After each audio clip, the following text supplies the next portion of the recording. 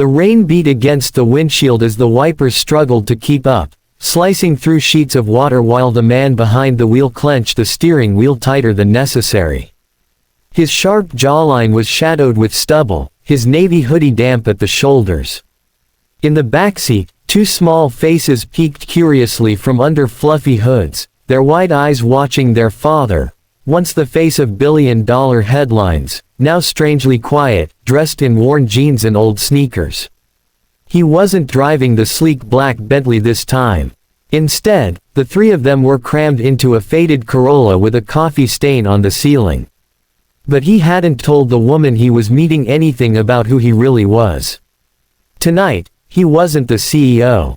He was just Daniel, the dad trying to start over, to see if someone could love him without the fortune, without the fame. Before we dive into the rest of this emotional journey, take a moment to like, comment, share, and subscribe to the channel, Stories Collection, if you believe in kindness, second chances, and the power of love that sees through the surface. Your support helps us bring more real, moving stories like this to life. Daniel Hart had built an empire by the time he was 35. Hart Innovations dominated the tech world, and his name was printed in glossy magazines, envied and admired in equal measure. But wealth couldn't fix everything. His wife's death 2 years ago had shattered him. Suddenly, the penthouse felt cold. The boardrooms, once filled with strategy and celebration, echoed with emptiness.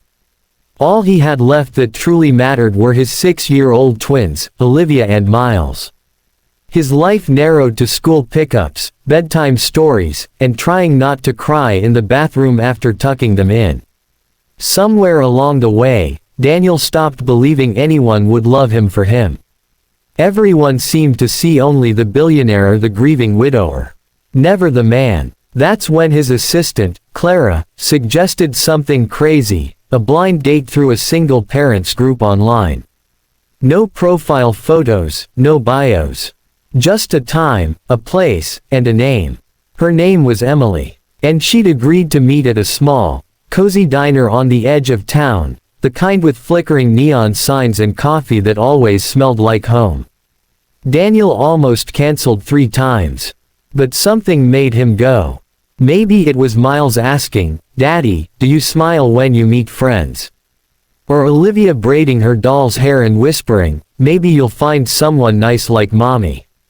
He dressed simply. No designer labels. No chauffeur. Just Daniel, the man under the armor. He brought the twins because he couldn't bear another babysitter night. If someone couldn't accept that he was a package deal, then it wasn't meant to be. They entered the diner soaked from the rain, hair damp, cheeks flushed. He felt ridiculous. But then he saw her. Emily. She was already seated in a booth, sipping tea, with a book in her hands and a soft scarf wrapped around her neck. Her face lit up when she saw the twins, not with surprise, but with genuine warmth. She stood, reached out a hand, and said, "Looks like I get to meet the whole team." Over the next hour, Daniel felt something he hadn't in years: ease. Emily didn't ask about his job. She didn't fawn over him or act intimidated. She asked about Olivia's favorite books and laughed at Miles' joke about dinosaurs in space. She told stories about her own daughter, Ava, who was 7, and how she'd gone through a tough time after her husband walked out, leaving them with nothing but hospital bills and a broken lease. She worked 2 jobs now, teaching and part-time at a bookstore. As they ate pancakes and chicken tenders, Daniel watched her. There was a grace in her simplicity, in the way she wiped Miles' mouth with a napkin like it was second nature, in how she talked about joy like it was something you chose, even when life didn't make it easy. For a moment, he forgot he was hiding anything. For a moment, he felt seen. Then came the bill. He reached into his jacket and froze. He had intentionally left his platinum card and wallet in the car, testing the illusion of his broke persona. He began to fumble, about to apologize or make something up, but Emily noticed and gently touched his hand. She smiled, softly, and pulled out a worn wallet with a few bills folded neatly inside. "It's okay. I got it tonight," she said. "You've got your hands full." That single gesture, so small, so sincere, undid him. She didn't hesitate. She didn't judge. She just gave. In that moment, the millionaire CEO who'd closed billion-dollar deals felt humbled by a woman who had far less, but offered more than anyone had in years: compassion. Later that night, after the twins were asleep in the backseat and the city lights blurred through the drizzle, Daniel sat in the driver's seat and wept. Not because he was sad, but because he'd felt something stir inside him. Hope. Over the following weeks, Daniel continued seeing Emily, still as just Daniel. They went on picnics in the park, baked cookies with the kids, shared cold pizza on the couch. She never asked for anything, never expected more than his time and his heart. And he gave it freely.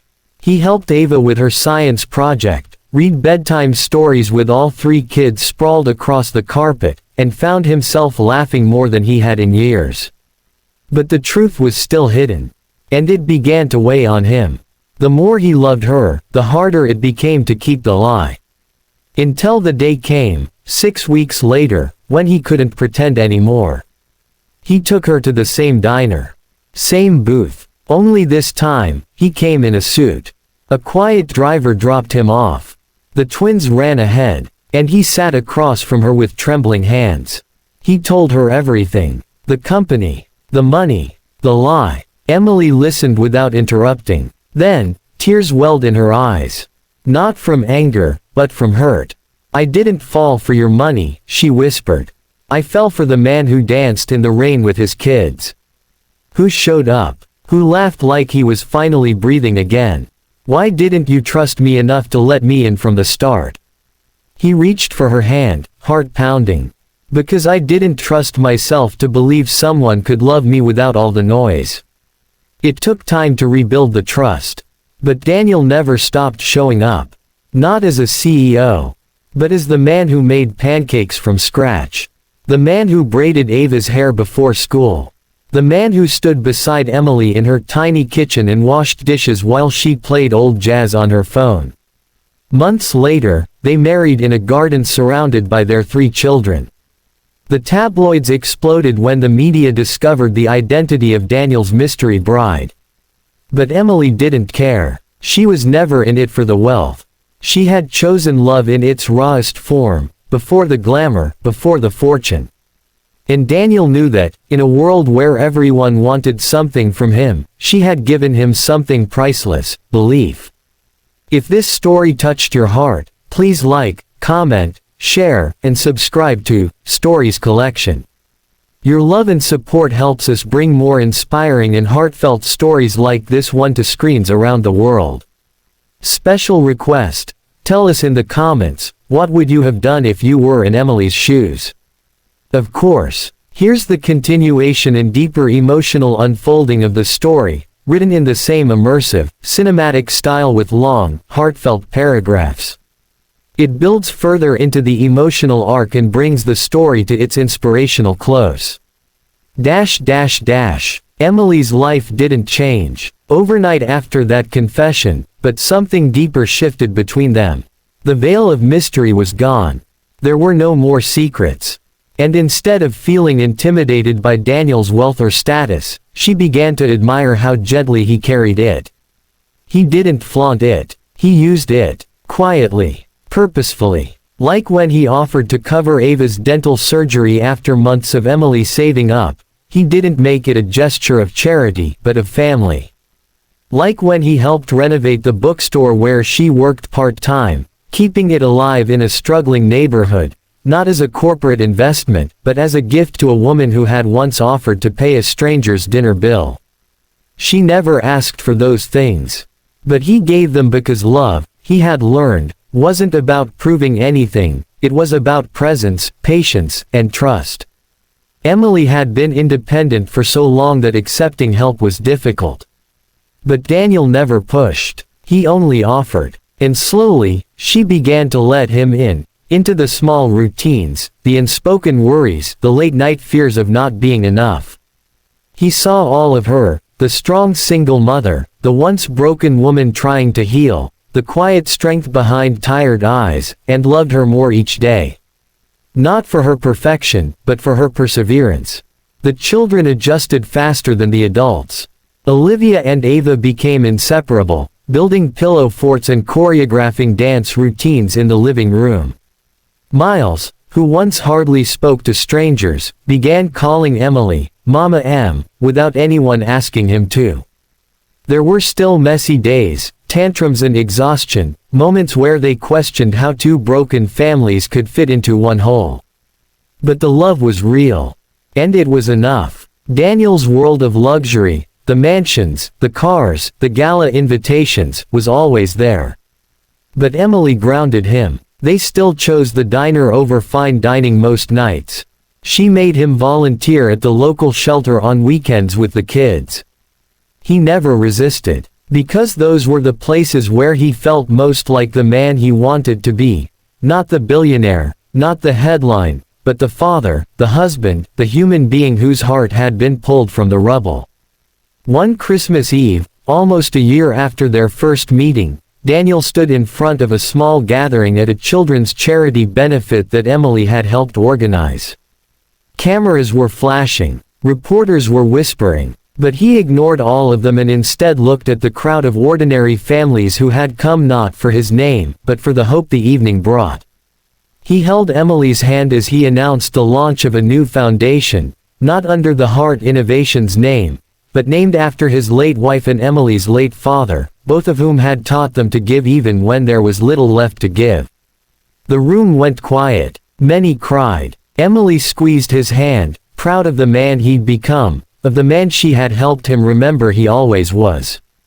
After the speech, they walked outside into the snow, the twins chasing flakes with outstretched tongues, laughter echoing through the chilly air. Daniel wrapped his arms around Emily from behind and whispered, "You paid for a pancake dinner, and I got a forever." She smiled, tears welling in her eyes, as she turned and kissed him gently under the twinkling lights strung across the trees. They never needed extravagant gestures to feel rich. They had found abundance in each other, in shared burdens, in healed wounds, in the quiet kind of love that doesn't fade when the spotlight does. Their love story wasn't perfect, but it was real. And in today's world, that kind of love is more valuable than any fortune. If this story brought tears to your eyes or made you believe again in love, family, or second chances, please like, share, and subscribe to Stories Collection. Your support means the world to us, and it helps spread these heart-touching stories to people who need them most. Speech balloon special request. Drop a comment below. Do you believe someone can fall in love without knowing your status or success? Let us know. We read every word.